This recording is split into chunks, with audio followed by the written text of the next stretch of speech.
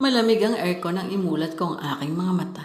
Nahihilo pa rin ako at mukhang masusok pa dahil sa dami ng alak na nainom namin kagabi ng tropa ko. Bago ako bumangon, pilit ko pa rin inaalala kung ano ba ang nangyari last night. Kaunti lang ang naaalala ko. Tungkol yun sa dami ng mga chicks na nilandi namin nila Harold. Grabe talaga. Parang bitin pa ang isang gabi para makipaglandian sa mga chicks sa bar. Pero hindi na talaga kinaya ng katawan ko sa dami ng alak. Kaya heto ako, walang damit pang itaas. Nakahiga pa rin sa malambot na queen size bed. Masakit talaga ang ulo ko. Teka, nasaan na pala ang asawa ko?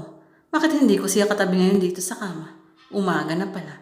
Buti na lang walang pasok kaya pwede pa akong makapagpahinga buong araw dahil sa hangover na nakuha ko. Pinilit kong tumayo para kuhanin ang damit ko. Patay. May lipstick ang kwelyo ng polo ko. Hindi kaya nakita na ito ni Helen. Patay ako kung sakali mang nakita na niya. Ang aga-aga. Ayaw ko pa namang makipag-away na naman sa asawa ko. Sa bagay palagi naman kaming ganito. Pagkababa, naabutan ko siya naglalabas sa banyo namin. Maliit lang kasi itong tinitirhan naming condo unit, kaya sa CR na rin siya naglalaba. Nakapilit pa ang aking mga mata habang umiihi sa bowl. Kadiri ka. Alam mo namang nandito pa ako. Tapos basta ka na lang iihi dyan. Wala ka na talagang respeto. Bulyaw ng bungangera kong asawa. Ang arte mo naman, 3 taon na tayong kasal. Anong nakasal? Naku Alfred, nakakalimutan mo. Ni hindi mo pa ako hinaharap sa altar, hindi tayo kasal. Maliwanag na manalibin partners lang tayo. Binalibag niya ang napakaraming damit sa planggana. Padabog din siyang lumabas ng banyo. Hindi na niya ako nilingon pa. Wala ba tayong pagkain? Naku tanghali na, hindi ka pa nagluluto ng pananghalian. Naiinis ako dahil wala akong naabutan na pwedeng makain sa lamesa. Gusto ko kasing kumain kapag may hangover ako. Diyan ka magaling eh. Hindi ko inaasahan ang bulyaw na yon.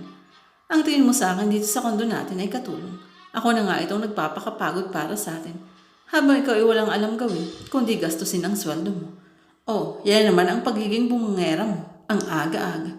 Anong maaga? Tanghali na.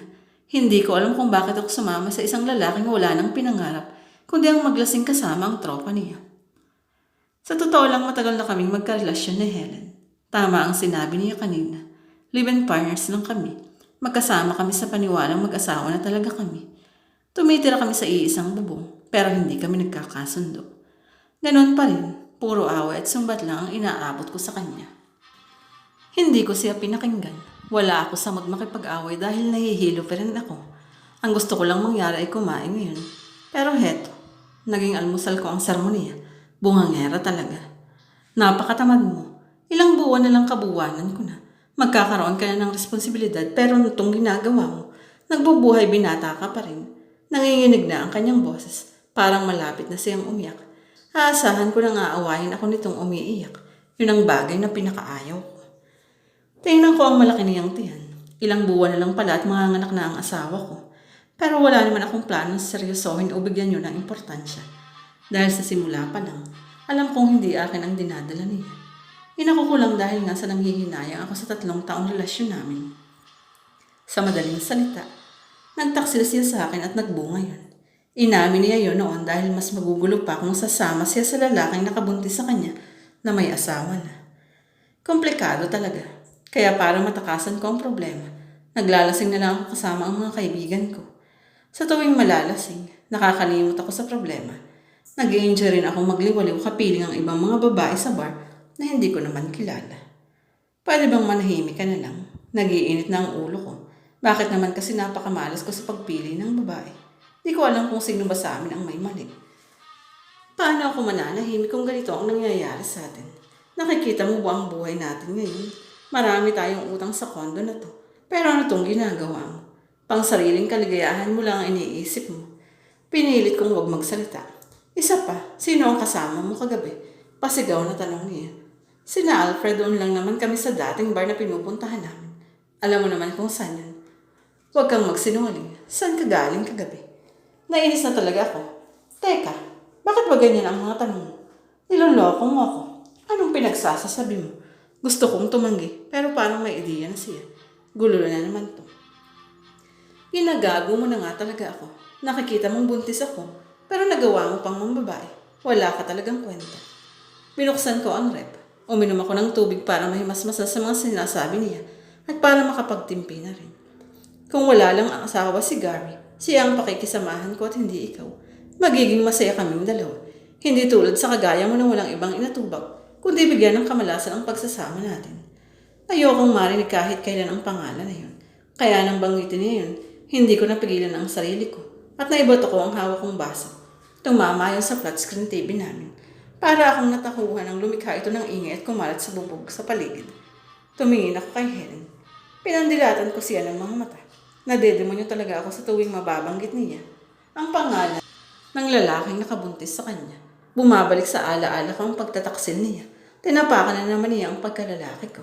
Pak! Isang malakas na sampal ang pinakawalan ko. Sa sobrang lakas nun, napaupo siya sa sopa na nasa likuran niya. Ayan ba ang isusumbat mo sa akin? Ang panlalalaki mo ha? Lumapit pa ako at sinabunutan ko pa siya. Patayin mo na lang kaya ako. Mas gugustuhin kong mawala na lang kaysa makasama ka. Total naman, mala-impyerno na tong relasyon natin. Sige, idahilan mo yan.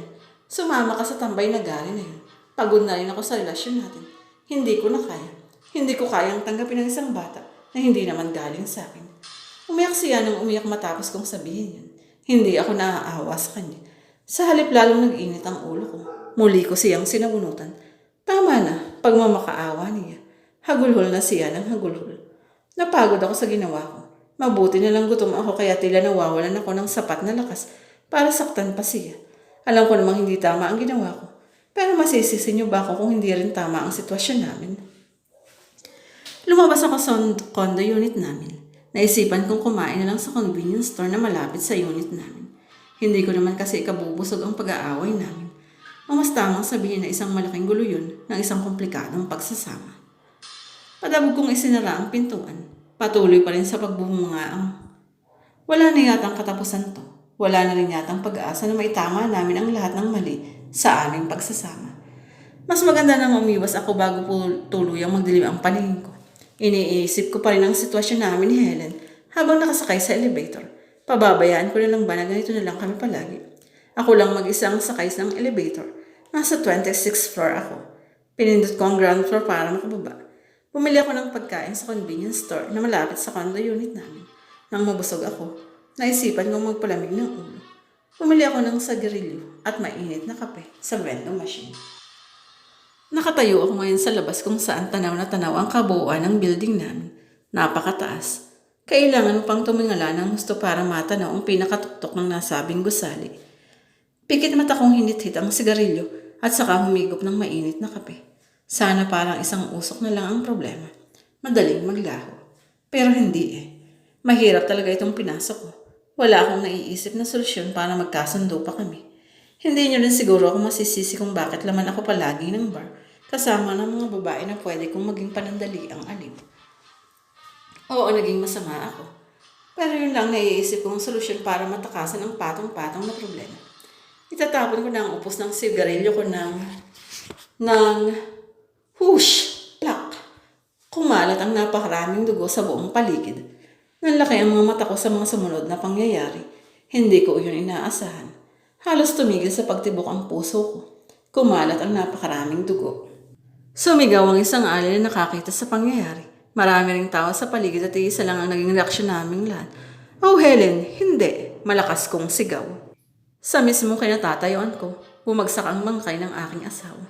Tumalon ito mula sa 26th floor ng condo unit. Gulat na gulat ako sa ginawa niyang pagpapatiwakan. Unang sumabog ang ulo niya.